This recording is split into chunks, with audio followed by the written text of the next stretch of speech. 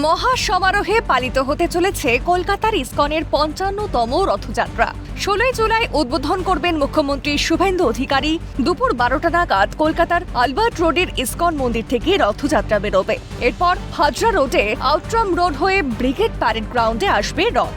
বেলা ৩:৩০ থেকে মিলবে প্রসাদ। ২৩শে জুলাই পর্যন্ত ময়দানে রাখা হবে রথ। ২৪শে জুলাই উল্টো রথে আবার ব্রিগেড প্যারেড গ্রাউন্ড থেকে কলকাতা মন্দিরে ফিরবে রথটি। এদিন রাশিয়া, জাপান, আমেরিকা সহ বিভিন্ন দেশ থেকে ভক্তরা আসবেন রথযাত্রা উৎসবে। জগন্নাথ দেবের রথ উচ্চতায় ৩৮ ফুট, বলরাম দেবের রথ উচ্চতায় ৩৬ ফুট। সুখোই ৩০ যুদ্ধ বিমানের চাকা ব্যবহার করা হবে রথে। এর আগে বোয়িং ৭৪৭ বিমানের চাকা ব্যবহার করা হতো। রথে রয়েছে ফোল্ডিং ব্যবস্থাও। যুদ্ধকালীন তৎপরতায় চলছে রথযাত্রার প্রস্তুতি। শিল্পীদের তুলির টানে সেজে উঠেছে রথ। এবার আমাদের যে মন্দিরের গুন্ডিচা মন্দির হবে সেটা তিরুপতি বালাজির মন্দিরের প্রতিকৃতি হবে। এবার আমাদের বেশি ভক্তরা আসার কথা আসবে কথা হয়ে গেছে। আর আমরা অপেক্ষা করছি কি কলকাতাবাসীও বেশি সংখ্যা যোগদান করবেন এবং নূতন চিফ মিনিস্টার শ্রী শুভেন্দু অধিকারীজি উনি এসে ইনগ্রেশন করবেন। উনি রাস্তায় ঝাড়ু দেবেন। আগের সিএম ঝাড়ু দিতে চাইতেন না, উনি ঝাড়ু দিয়ে মার্জনা করবেন, তারপরে রথ টানবেন। একটু আলাদা এই কারণে, কারণ প্রতি বছর রথযাত্রায় আমাদের জগন্নাথ পুরীর আদলে মন্দির হয়।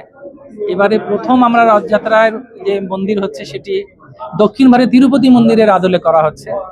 জগন্নাথের প্রতি বছর উনি পুরীতে যে ভোগ হয় ৫৬ ভোগ, সেটা তো থাকছেই, তার সঙ্গে সাউথ ইন্ডিয়া বা দক্ষিণ ভারতে বরদরাজ মন্দির, তিরুপতি মন্দিরে যে সমস্ত ভোগ ভগবান বিষ্ণুকে দেওয়া হয়, সেই ভোগ আমরা এই গুন্ডিচাতে ভগবানকে দেওয়া হবে। অন্যদিকে শিলিগুড়ির ইসকন মন্দিরেও জোর কদমে চলছে রথযাত্রা উৎসবের প্রস্তুতি। সুন্দর করে সাজিয়ে তোলা হচ্ছে ইসকন মন্দির চত্বর। এবারে শিলিগুড়ি ইসকন মন্দিরের রথযাত্রা উৎসবের মূল আকর্ষণ আলপনা। আমরা বিশেষ আলপনা দিয়েছি, যেটা কেবল পুরী ধামে দেখা যায়। এটা পুরী ধামের কিছুটা হলেও আমরা এখানে ছাপ ফেলতে পেরেছি একটা আলপনার মাধ্যমে, ছোট ছোট আকারে। পুরী ধামে তো মানে ওদের যে বড় রাস্তাটা বড়ডান্ড বলে, সেটা বিশাল আকারের রাস্তা, সম্পূর্ণটাই ওনারা করেন। এবারও আমরা অনেকটাই করতে পেরেছি, আগামী দিনে আরও ভালো করে করব। আর এবার বিশেষ আকর্ষণ, রাজ্য সরকার সম্পূর্ণভাবে সহযোগিতা করছেন। পাশাপাশি শিলিগুড়ির ঐতিহ্যবাহী গৌড়ীয় মঠেও রথযাত্রার প্রস্তুতি তুঙ্গে। মঙ্গলবার সাংবাদিক বৈঠক করেন মঠ কর্তৃপক্ষ।